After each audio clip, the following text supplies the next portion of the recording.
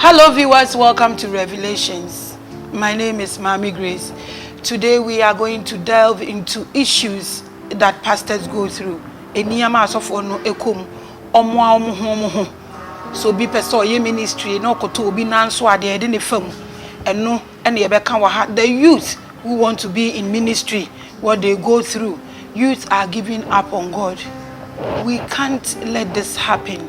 So today we have with us here Pastor Chris. He would tell us what he's going through and what he's still going through and how he's holding on to God. So Pastor Chris, welcome to Revelations. Thank you very much. Hope all is well with you. He's still keeping us. We bless God. You see everything that is going on in ministry, on TV, social media, everywhere you go. You hear about pastors doing this, pastors doing that. Sometimes even when you know the call of God is upon your life, you want to give up because it's not been easy. What do you have to say about this? Thank you very much, Mami. Now, before I speak, before I say this, I would like to make this clear that in as much as there are a lot of things going on, it is not all pastors that are bad. Thank you. I can tell for a fact that some pastors are actually doing a lot, going out of their way, putting their marriages on the line just because of others, paying school fees of others and a whole lot. Now, having said that, two things: the charisma, and the character. Now, when God calls you because of his assignment, his work, His purpose. purpose. So God does not place his grace on you because you have a good character, but God places his grace on you because of his purpose, not man's purpose. Now, that's the reason why I see a lot of pastors as billboards.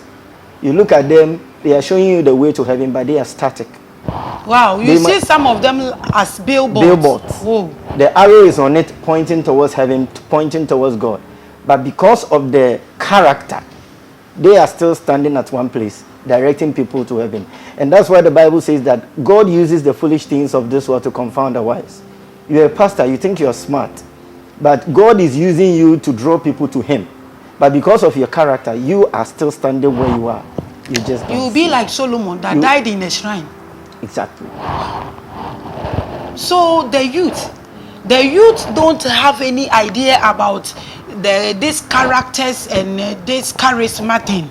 So what do you want to tell them? How do we differentiate the characteristics and then the charisma? How do we differentiate them? Okay, first of all, I think that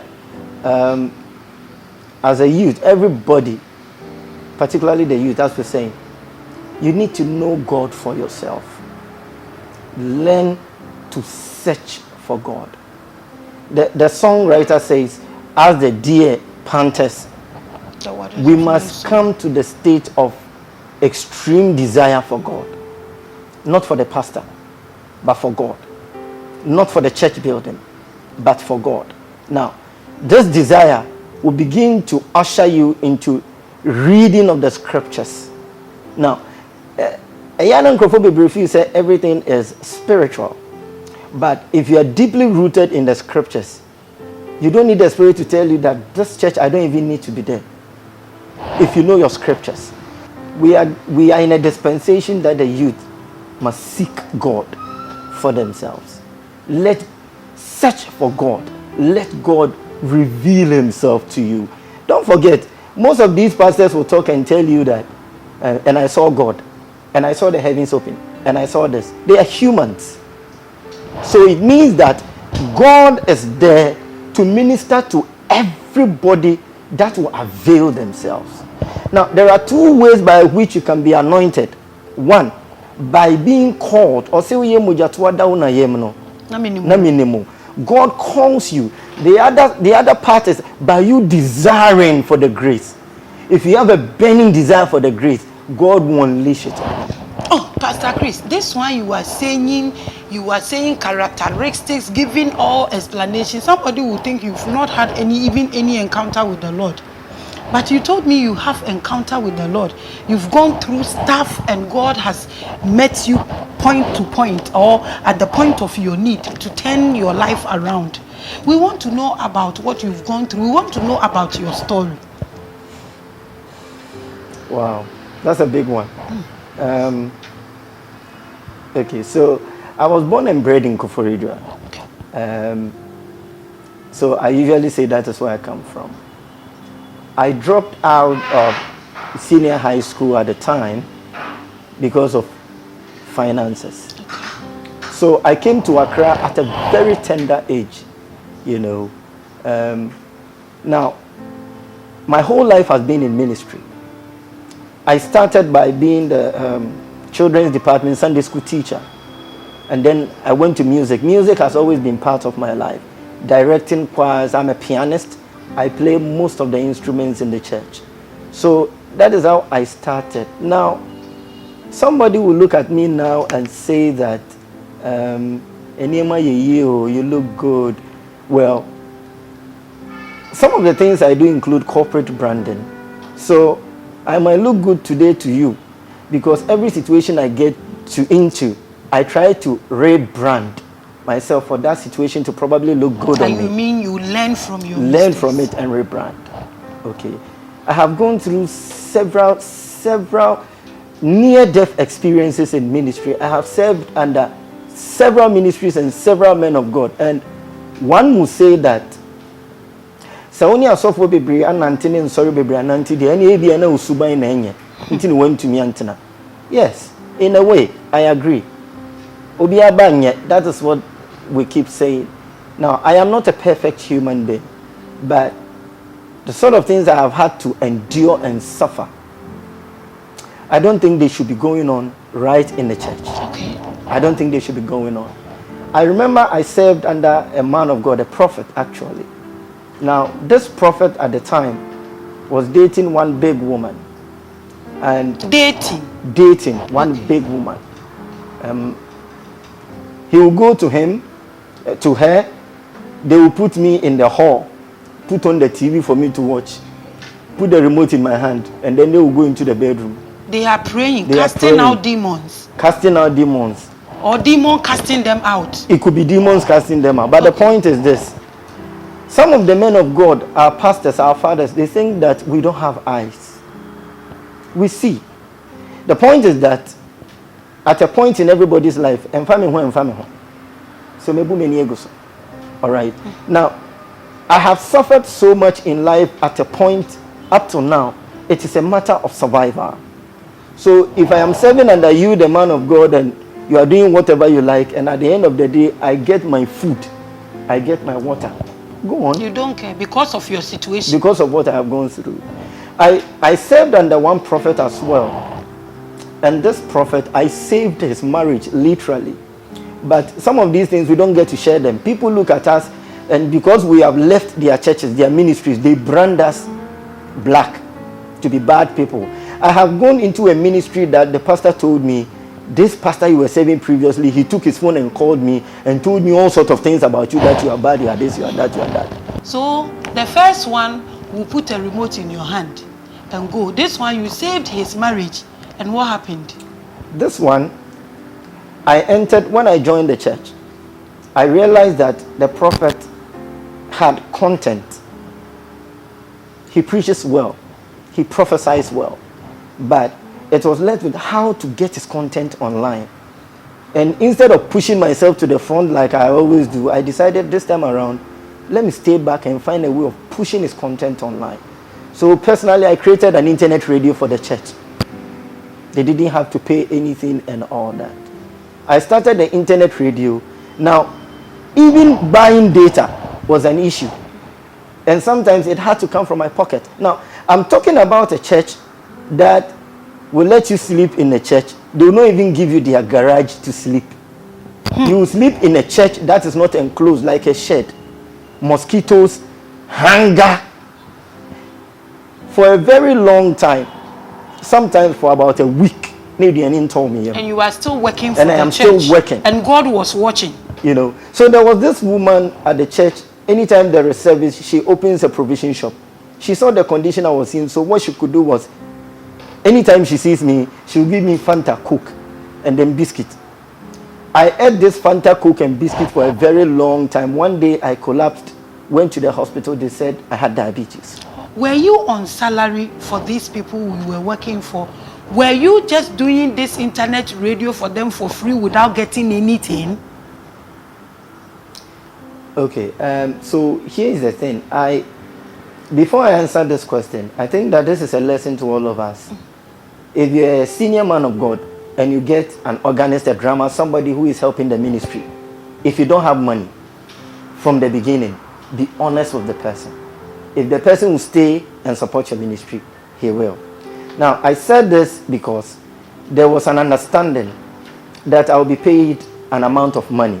All right. Now, I was paid for the first and second months. The rest of the months, it never came. Was he having and didn't want to pay you, Okay. or is that he was in a condition? Okay. So, to answer this question, let me tell you this. Somebody who drives a 4x4, somebody who has his children, playing video games on iPhones and iPads. Oh, okay. Not learning, playing video games. So you can answer that question for yourself from, Okay. But, prior to this understanding, I had also told them, look, accommodation is an issue. So if I am going to be paid, then you can probably also look into it for me. If for this number of months, my allowance will be slashed by half and then be given an advance to rent. So if I should understand you, means they just didn't want to help you out. Is it wickedness or what? Or because you were not working so hard for them to give you what you deserve? Trust me, I don't want to call anybody wicked, but whatever reason they did, whatever they did, that's fine. That's up to them. I believe that one day the master will come and we will all be held accountable. Now, like I was saying earlier, these ministries, this particular one actually rented for me. So I was like, oh, thank you, God. Now I have a place. And we were about 4 people in one room. So the question was, if you are not paying me, and I'm assuming you are using my allowance to rent, why am I spending? It's like I'm spending my allowance with 4 people in one room. The 4 people, were they men or children? Maybe they wanted you to groom children. They were just like me. As a matter of fact, one was an organist, one was a prayer warrior. I think 2 of them were prayer warriors, and one was an organist. So, logically, if you are using my money to rent for me, it is only fair that I will be in the room. They didn't tell me they were going to rent. By the time I realized, the allowances stopped coming. And then after some months, I was told that a place had been rented and we should move in. I went only to realize that I wasn't the only one in the room that was rented with my allowance. So these were some of the issues I had to go in. Now, it is very important to note that some of these pastors, they put systems in place. And most of the time, these systems lead to their failure. Now, why am I saying this? Sometimes it is probably the administrator, it is probably the treasurer, it is probably the assistant pastor, the deacon, the elders, all these people. Because sometimes, if you even want to talk to the man of God and tell him exactly what you are going through, these people will hinder you. Okay, so when you had this diabetes, what happened? What happened again? And if you want to talk to this man of God and these people will hinder you, the man of God always see you in church playing this organ, and most of the times we have their numbers. I can tell you one thing, that a lot of these men of God, when they call you, when you call them, they wouldn't pick. Sometimes you will call them for more than 2 weeks, and after 2 weeks they will reply with a text. And when you see them in church, you will go through a long queue, heavy protocol before you see them. The church worker. You, the church worker. You only get to see him when church workers are having a meeting. And when you are able to talk to him, he will tell you, come to the office at so and so date and let's talk. You will never get to see him. So wrap it up for me, please. After the diabetes, what happened? Have you Have you met any man of God who has been good to you that you can make the difference? That this one, there are good ones out there? There is this man of God I remember, Pastor Michael Asamoah. I think Love Fold Chapel. And this man saved me.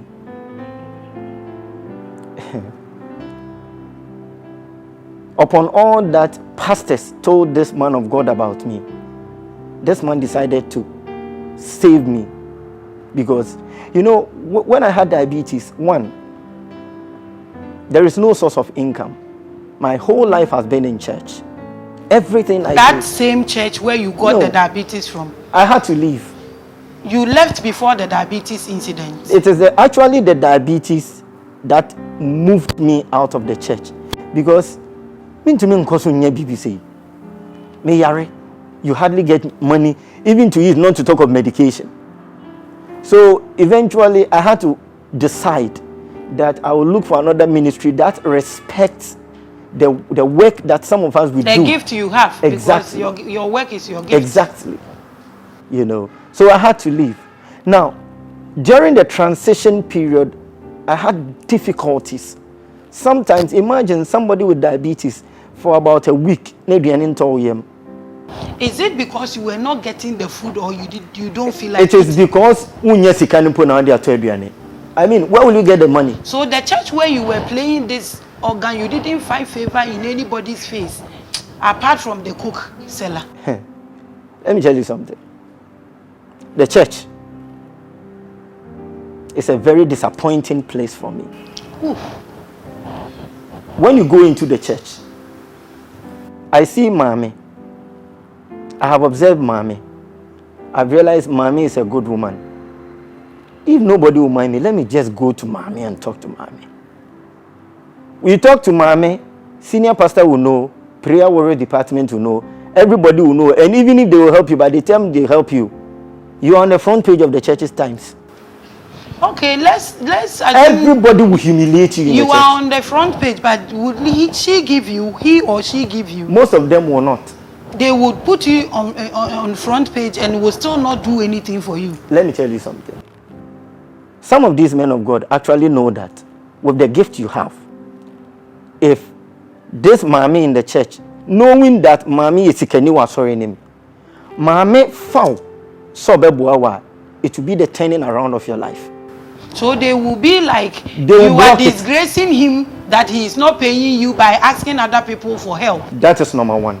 Number two, Asofoni Bebri will subayin say the source of sponsorship for the church in Sikanes is a Koswa Bameho. And such a branch and say a branch says Sikani in Abameho. But the Jumani the branch in Let me tell you something. Recently, I have stopped going to church. Oh no. I have stopped going to church. But you see, if God calls you, it's a seed in you. And you know, me nkwa sorry kra kwasiada nkwa de mintumi nkafi. Bakwa sorry fufuro. Enti asori bu wa meko kwasiada. Now, there is this influential woman in that church. Now, I happen to know this woman in a church I have served before. But now memories ni shady. And you know, I approached this woman after the service. And I'm sure say menene edin komo. Mommy, I say minimo. Then she mentioned the church. I said, that is where I know you. I was also in that church. So we began getting close, not knowing that the church members had actually gone to the senior pastor and reported me to him. Not knowing that this woman, because she is very rich, she is a source of finance for the church.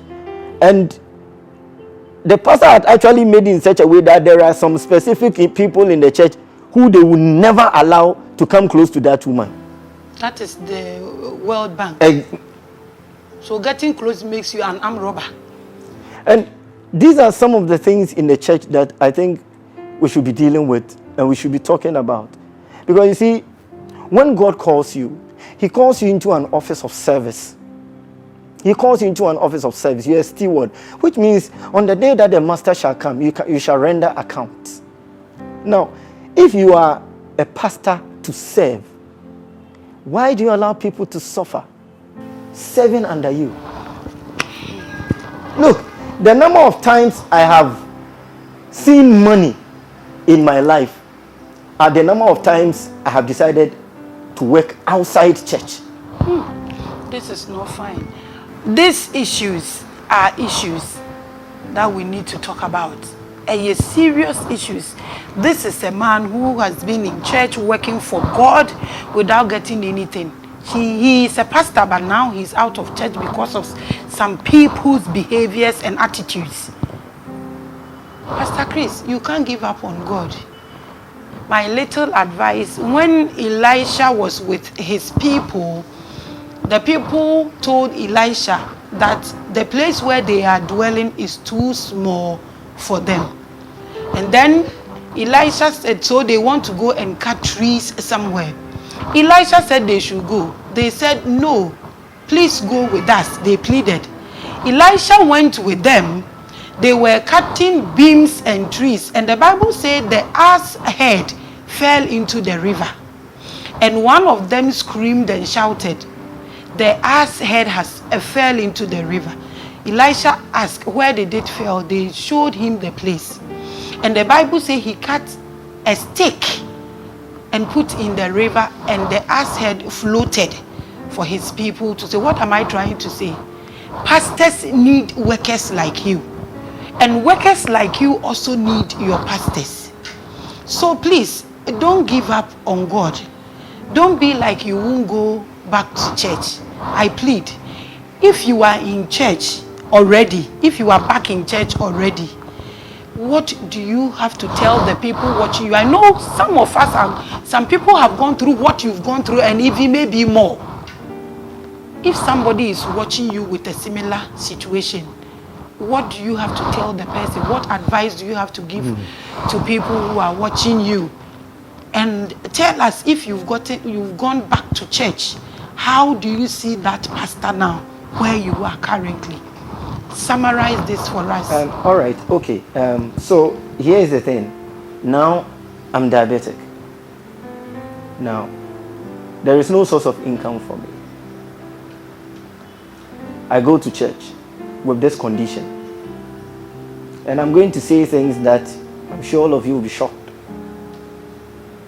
I sit behind the piano and minister sometimes for 2 hours, 3 hours, 4 hours. And when I talk about sitting behind the piano, me patches and me bottle. One church, or you go round playing for churches? One church. Right now. I don't believe in changing churches. Okay. So right now you play for right one now, church. like I said, I don't see myself belonging to any church. So I just joined a church on Sundays. And even there, I help them. Okay, but the point I'm making is this. There are a lot of people out there who are suffering just like me. And the church is not even considering them. Let me ask you a question. Why would you leave people like us suffering in church and you gather money to buy clothes and items and go and give it to prisons? With all due respect. And you take them, go and give it to orphanages. Now, when you are going to these orphanages, we will follow you. Take the camera, go and shoot videos. Meanwhile, we are hungry. You have money, you buy these things, and you're actually going to give out. Now, when my mother was alive, she would call this outside gentility home cry.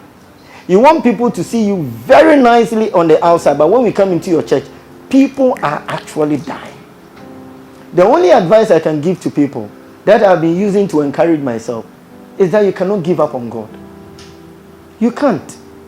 What will you do? You can't give up on God. What you can do is, look, there are times that my legs will seize and I'll be lying on my bed. I can't get up. The right side of my body is frozen, and all I'll be saying, Eradigimio, Eradigimio, Eradigimio. I will be crying and I'll fall asleep till the next day. These are some of the things. As I'm talking to you, my something is not even functioning because of diabetes. So you can't do wongro. I can't. So relationship and marriage is out of the equation for me. God is faithful. Amen. God is faithful. Amen. But the point is this. God has given us wisdom. God has given us his word. There are a lot of things that needs wisdom, not the word. If somebody is hungry You don't open the Bible. You serve the person with food. If somebody is sick, now, God has given wisdom to doctors. The doctors need to be paid to take care of the person. When somebody is sick in the church, they say call for the elders. Let them pray. After they have prayed, pay money for the person to go to the hospital. Let the person get treatment. These things are very important. I know drummers. I know organists. I know singers. I know people who are leading worship in the church that they have no choice than to be living with their girlfriends before they can survive. That churches are not looking at them at all. And churches will normally look at us and tell us, oh, yame. You are still watching Revelations. My name is Mami Grace. Follow all our social media handles. Instagram is Jerome 2020. Facebook is Mami Grace. YouTube is Mami Grace. Same time next week, we will still continue with this conversation with Pastor Chris. So tune in.